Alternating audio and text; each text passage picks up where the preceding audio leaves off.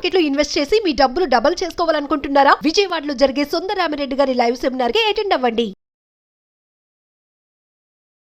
నమస్తే, welcome to Suman TV. ప్రస్తుతం మనతో పాటు ఉన్నారు అనలిస్ట్ డాక్టర్ నంది రామేశ్వరరావు గారు. సార్తో మాట్లాడదాం. నమస్తే సార్. నమస్తే sir, department of homeland security H1B వీసాలో కొన్ని మార్పులు అయితే తీసుకొచ్చింది. అవన్నీ కూడా జనవరి 17 నుంచి అమలు చేస్తామంటున్నారు. ఏంటి సార్ మార్పులు ఏంటి? ఒకసారి మార్పులు పెద్ద సబ్జెక్ట్ ఉన్నవేనా, 4 చేంజెస్ చేశారు. 1, 2, 3 ట్రై చేద్దాం మీరు ఇచ్చిన తక్కువ టైంలో మాట్లాడడానికి. ఫస్ట్ ఏంటంటే ఫామ్ I-129 అప్లికేషన్ ఫార్మాట్. అది ఫస్ట్ ఉండాలి. మనం ఎక్కడైనా వీసాకి అప్లై చేయాలంటే ఆ ఫామ్ని ఫిల్ చేయాలి. ప్రతిదానికి ఒక ఫీ ఫిక్స్ చేశారు. ఓకే, ఆ ఫీ తర్వాత ఇంకా మిగతా ఛార్జీలు కూడా ఉంటాయి, మనం డీటెయిల్గా చూద్దాము. సో ఈ ఫామ్ I-129 అనేది ఎనీ వీసాకి వెళ్ళినప్పుడు మనం అప్లై చేసుకోవాలంటే ఈ ఫామ్, మనం ఇప్పుడు కాలేజ్కి వెళ్ళాలంటే ఒక అప్లికేషన్ ఫామ్ ఉంటుంది, ఒక ఇండస్ట్రీకి వెళ్ళాలంటే అలా ఫిల్ చేసి ఇవ్వాలి. ఇది అప్లై చేసుకోవడానికి ఎలిజిబిలిటీ మీ డీటెయిల్స్ అని ఇస్తారు. ఓకే, మీరు ఏం చదువుకున్నారు, ఎక్కడ చదువుకున్నారు, ఏంటంటే ఆ డీటెయిల్ తర్వాత వాళ్ళు స్క్రూటినీ చేస్తారు. అట్లనే దాంట్లో మీకు L01 వీసా అని ఉంది. L01 అంటే ఇప్పుడు వీసాల్లో రకాలు ఉంటాయి. F1 visa, student visa, F1 visa, student visa, J1 visa, EB1, 2, 3 అట్లా ఉంటాయి. సో అందులో ఫస్ట్ వచ్చింది ఏంటంటే మన L1B వీసా.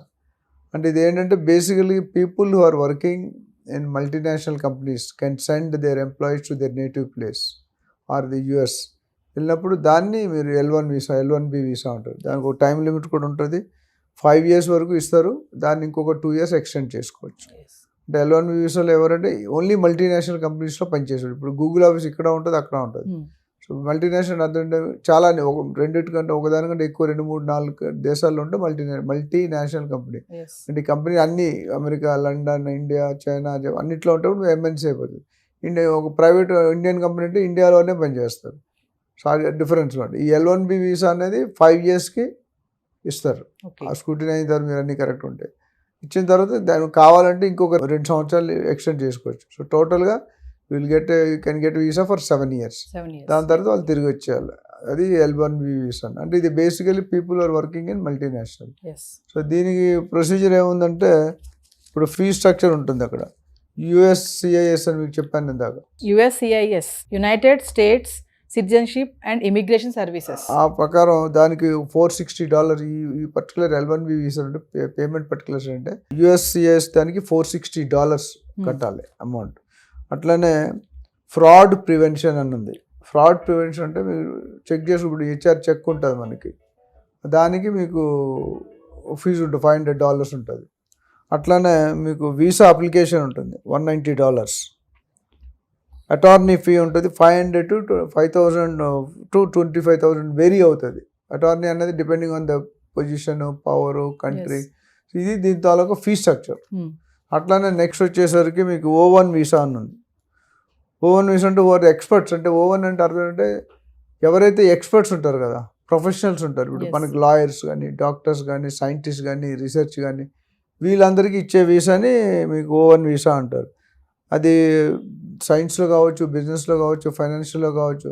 దీనికి ఎలిజిబిలిటీ క్రైటీరియా అంటే ఒక స్పెషలిస్ట్ వాళ్ళు జాబ్స్ కింద వెళ్ళారు, ప్రొఫెషనల్ కింద వెళ్తారు. ప్రొఫెషనల్ అంటే మీకు lawyer, doctor, engineer, research, R&D ఇవన్నీ వస్తాయన్నమాట.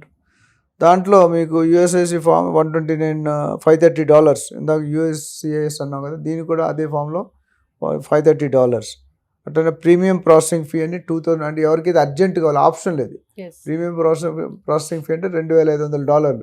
అంటే మనం ఎమర్జెన్సీ పాస్పోర్ట్ అంటాం, అట్లా అక్కడ ఎమర్జెన్సీ కావాలి, స్పీడ్గా కావాలంటే ఇంకో $2,500. బట్ ఆప్షన్ కంపల్సరీ, మీరు వెయిట్ చేస్తానంటే ఆ $2,500 ఉండదు. అట్లనే వీసా అప్లికేషన్ ఫీ $190. ఇట్లా మీరు రకరకాల అటార్నీ జనరల్ ఫీ ఇందాక మాట్లాడుకున్నాం. ఇక్కడ అక్కడ నుంచి $5,000 to $25,000, ఇక్కడ $7,500. అంటే ఇవన్నీ ఆల్టర్నేటివ్ వీసాసా సార్? ఇప్పుడు మీరు అన్నట్టు L1 కానీ L10 వాళ్ళకున్న కేటగిరీ బట్టి మనం మాట్లాడుతాం. క్లాసిఫికేషన్ ఎట్లా జరుగుతుంది, నేను స్టూడెంట్ అయితే ఒకటి, ప్రొఫెషనల్ అయితే ఒకటి, మల్టీనేషనల్ కంపెనీలో పనిచేస్తాడు. సో డిఫరెంట్ కేటగిరీస్ మనం టైప్స్ ఆఫ్ వీసా ఏదైతే కొత్త దాంట్లో పెట్టాడో ఇవన్నీ మాడిఫై చేసి లేటెస్ట్ ఫిగర్స్ మీకు చెప్తున్నా. అంటే ఇప్పుడు F1 వీసా ఉన్న స్టూడెంట్ వీసా అంటారు కదా, F1ది ఆ ఉన్న వీసా ఉన్న వాళ్ళకి H1B వీసా రావడం అనేది ఈజీ అంటారా? ఈజీ అంటే మళ్ళీ స్కిల్ సెట్ ఉండాలి. ఒకటి ఏంటంటే వాళ్ళు చదువుకోవడానికి వెళ్తారు, స్టడీ ఇన్ USA కోసం వెళ్తారు. దాని తర్వాత ఆ స్టడీ పీరియడ్ 1.5 year 2 year అయిపోయిన తర్వాత ఇంకొక 1 to 2 years ఎక్స్టెండ్ చేసుకోవచ్చు వీళ్ళకి కావాలనుకుంటే. దాని తర్వాత compulsory is to come back to India until unless some job permanent job observation ఉంటుంది తప్ప లేకపోతే so F1 basically student visa అంటారు. చదువుకోవడానికి వెళ్ళబోయే వీసాని స్టూడెంట్ వీసా అంటారు. వీసా వెళ్ళిన తర్వాత కూడా కొద్దిగా ఎక్స్టెన్షన్ ప్రాక్టీస్ కానీ ఓపీటీ అని మాట్లాడడం, దానికి కావాలనుకుంటే వాళ్ళు ఎక్స్టెండ్ చేసుకోవచ్చు. దానికి కొన్ని నియమాలు ఉంటాయి, నియమాలు ఫాలో చేస్తే దే కెన్ ఎక్స్టెండ్. దీనికి ఏంటంటే జనరల్లీ మిగతా వీసాలతో కంపేర్ చేస్తే ఇక్కడ వీసా కాస్ట్ తక్కువ ఉంటుంది. స్టూడెంట్ గారు చదువుకోవడానికి ఎర్నింగ్స్ ఉండకూడదు.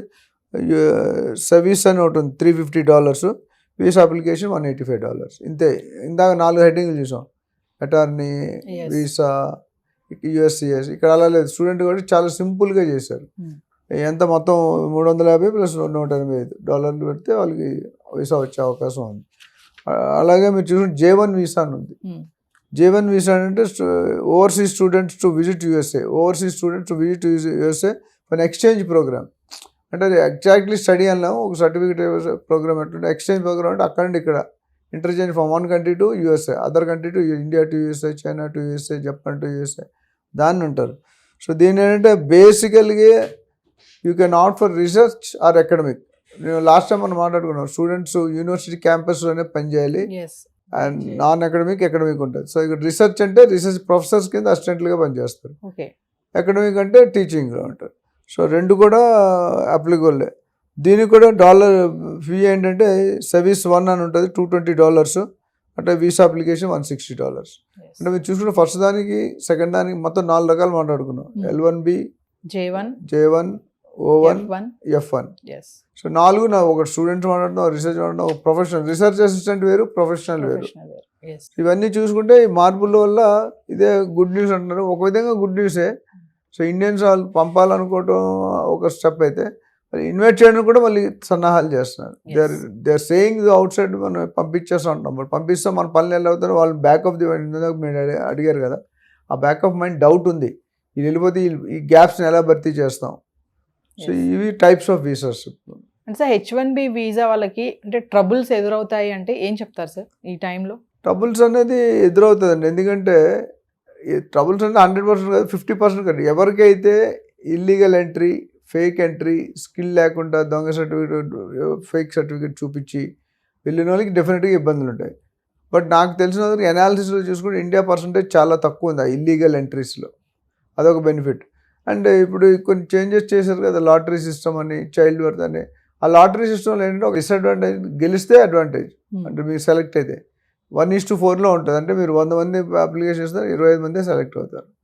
ఆ 25 మీరు ఉంటే పర్వాలేదు, లేదని first time okay, second time కూడా మీరు సెలెక్ట్ కావాలనుకోండి, that is taken as negative point in your biodata. అది మెయిన్ డిసడ్వాంటేజ్. సో అందుకని ఎవరైనా యూఎస్కి వెళ్ళాలనుకున్న వాళ్ళు స్టడీతో పాటు సంబంధిత ప్రొఫెషనల్, ఇప్పుడు జావా, సైబర్ సెక్యూరిటీ, పైథాన్, ఇవన్నీ చాలా ఉన్నాయి. అందులో ఎక్స్ట్రా స్కిల్స్ ఉన్నాయి. ఉట్టి చదువుకుంటే మీరు అమెరికా వెళ్ళి సర్వైవ్ అవ్వలేరు. మీలాగా అందరూ చదువు, మీకు వాళ్ళకి తేడా ఏంటి? So you should have an exceptional career. అంటే ఎక్స్ట్రా కోర్సులు తీసుకుని, నేను ఇందా చెప్పాను కదా, 13,000 పనిచేసాను, ఎడిషనల్ స్కిల్, ఆటో కార్డు, జావాలు ఏవో చేసి సెటిల్ అవ్వి అమెరికాలోనే కంపెనీ పెట్టారు. అమెరికాలో కంపెనీ పెట్టడం అంత ఈజీ కాదు. అంటే ఇప్పుడు Vivek Ramaswamy, Elon Musk, Trump, వీళ్ళు ముగ్గురు కూడా స్మార్ట్ పీపుల్ కోసమే ఎదురు చూస్తున్నారు అంటే ఏం చెప్తారు సార్? టాలెంట్ ఉండాలి మస్ట్. అంటే వాళ్ళే కదా, ఎవరైనా ఇండియాలో జాబ్ ఇచ్చేటట్టు దే ఎక్స్పెక్ట్ సమ్ అవుట్పుట్. మొదట్లో ట్రైనింగ్లో కాస్ట్ ది కంపెనీ. చాలా మంది తెలియదు అంటే ట్రైనింగ్ అంటే ట్రైనింగ్లో మనకి స్టైఫండ్ కానీ శాలరీ ఏది ఇస్తారు, అది కాస్ట్. ఇది వీళ్ళ అవుట్పుట్ ఉండదు. నేర్చుకుంటాడు కదా, ఫస్ట్ 2-3 years నేర్చుకోవడానికి company is putting. After that only they expect the output from them. ఇనిషియల్గా Rome is not built in one day. ఇక్కడ ఏంటంటే they don't want to waste that money and time. They want a person is committed, skill set ఉన్నవాడిని మాత్రం తీసుకుంటారు. వాళ్ళనే expect చేస్తారు. They are not expecting any Tom Dick and అది ఎవడు పడితే వాడు అప్లై చేస్తే కాదు, వాళ్ళ అవుట్పుట్ రాదు. దే ఆల్సో ఇప్పుడు ఎలన్ మస్క్ గారు మీకు చెప్పాను నేను, 10 సంవత్సరాలు ప్లాన్ వేస్తారు ఆయన, 1 yearలో కంప్లీట్ చేస్తారు. అందుకని నేను ఎక్కడో టాప్లో ఉన్నాడు. సో ఇది ఆయన కూడా ఆ విధంగా ఉండాలి అనుకుంటారు. మనుషులందరూ కూడా ఫుల్ కమిటెడ్ ఉండాలి, స్కిల్ సెట్ ఉండాలి, ఇంప్లిమెంట్ చేయాలి. ఇప్పుడు ఎగ్జామ్లో ఏం చేస్తారు, ఇప్పుడు మన ఇంజనీరింగ్ స్టూడెంట్స్ అయిపోయి కోడ్ ఇస్తారు, కోడ్ ఇచ్చి ఎగ్జామ్ రాయమంటారు. అక్కడికక్కడ మనం కాపీ కొట్టడానికి ఉండవు, ముందే కూర్చొని సిస్టమ్ ఉంటుంది, ఆ కోడ్ ఇచ్చి ప్రోగ్రామ్ రాయంటారు. కొంతమంది ప్రోగ్రామ్ 4 లైన్లో రాస్తారు, 40 లైన్లో రాస్తారు. సో 4 లైన్లో రాసినప్పుడు కనుక తీసుకుంటారు. సో స్కిల్ సెట్లు అయితే అక్కడ చేయలేడు. ఏ ప్రోగ్రామ్ ఇస్తాడో మీకు తెలియదు కదా. So that's the reason Vivek Ramaswamy ఇలా ముగ్గురు కూడా they are forming a team. Trump president వాళ్ళిద్దరికి రైట్ హ్యాండ్ ఒకటి, లెఫ్ట్ హ్యాండ్ అడ్వైజర్స్. వీళ్ళు గవర్నమెంట్ పనితీరుని కనిపెడతారు కాబట్టి.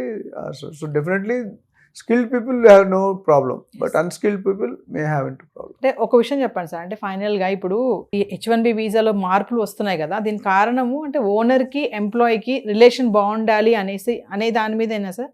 అంటే మీరు అన్నట్టుగా స్మార్ట్ పీపుల్ చూస్ చేసుకోవడానికి చూస్తున్నారు అంటున్నారు కదా. అవును, అంటే రిలేషన్ అనేది ఎప్పుడు చూస్తారండి లాంగ్ టర్మ్ ఎంప్లాయీ. మీరు చూడండి TCS ఉంది, ఒకసారి TCS ఎనీ టాటా గ్రూప్ ఒకసారి చేత డిజైన్ చేయడు, దే టేక్ కేర్ లైక్ సనీలా. ఒకసారి కంటెంట్ ఉంది అంటే క్వాలిటీ ఉందంటే they will not do them. అందుకని టాటా బిర్లాస్ ఒకసారి జాయిన్ అయితే రిజైనింగ్ అని ఉంది. ఒకప్పుడు మీ కెరీర్ స్టార్ట్ చేసినాడు more than government job Tatas and Birlas are valid. And అంతవరకు ఎక్స్పోజర్ పని చేస్తారు, డబ్బులు ఇస్తారు. ఇక్కడ కూడా if they don't have skill set companies will close down కదా, అవుట్పుట్ రాదు కదా. ఇప్పుడు మీరు మీకు కాంట్రాక్ట్ ఇచ్చారు, ఆ కాంట్రాక్ట్ సరిగ్గా రాకపోతే రెండో కాంట్రాక్ట్ రాదు. అది ఎవరు ఓనర్ కూర్చొని చేయలేడు కదా. Owner can guide you, owner can facilitate you. Company survive అంటే ఎంప్లాయీస్, ఏ కంపెనీకి ఎంప్లాయీస్ సెట్ సరిగ్గా లేదో skill set, company will not survive. So ఫైనల్గా సార్ H1B వీసా వాళ్ళందరూ కూడా అలర్ట్గా ఉండాలి అంటే ఏం చెప్తారు? 100% అలర్ట్గా ఉండాలి. ఎందుకంటే ఇంతకుముందు ఆడిన సినిమా స్టోరీలు అన్నీ అంతకుముందు నడిచింది. కన్సల్టెన్సీలు, ఫేక్ కన్సల్టెన్సీ మనం మాట్లాడుకున్నాం చాలాసార్లు. So they should be fair, they should be passionate. నేను ప్యాషన్ ముందు స్టార్ట్ చేసింది రియల్ ఎస్టేట్ కాదు. రియల్ ఎస్టేట్ ప్యాషన్ ఇలా 800-900 వీడియోలు ఉన్నాయి. ఎందుకంటే ప్యాషన్తో మాట్లాడుతున్నాం. Anybody who wants to go to America just ఏదో డబ్బులు సంపాదించడానికి, డబ్బులు సంపాదించండి, but go with a proper skill set. In a long run you will be safe. మీరు ఫేక్ సర్టిఫికేట్స్ వెళ్తే బెటర్ నాట్ టు గో. ఎందుకంటే మీరు 50-60 లక్షలు ఖర్చు పెట్టుకుని వెళ్ళాలి. ప్లస్ అక్కడ ఉన్న యూనివర్సిటీలు కూడా 3000 యూనివర్సిటీలో ఓన్లీ 100-200 టాపు, మిగతావి దే ఆర్ నాట్ బ్రాండెడ్. అక్కడికి వెళ్ళి మీ ఉద్యోగాలు ఏమి ఉండవు, ఆఫ్లైన్ ఏమి ఉండవు. So you will be in problem. మీరు కరెక్ట్గా ఫోకస్గా ఉండి ఒక పర్టికులర్ కోర్స్ సెలెక్ట్ చేసుకొని దాని ఫుల్ ఎక్స్పర్టైజ్ ఉంటే definitely there is no problem. Otherwise they are going to land in to problem.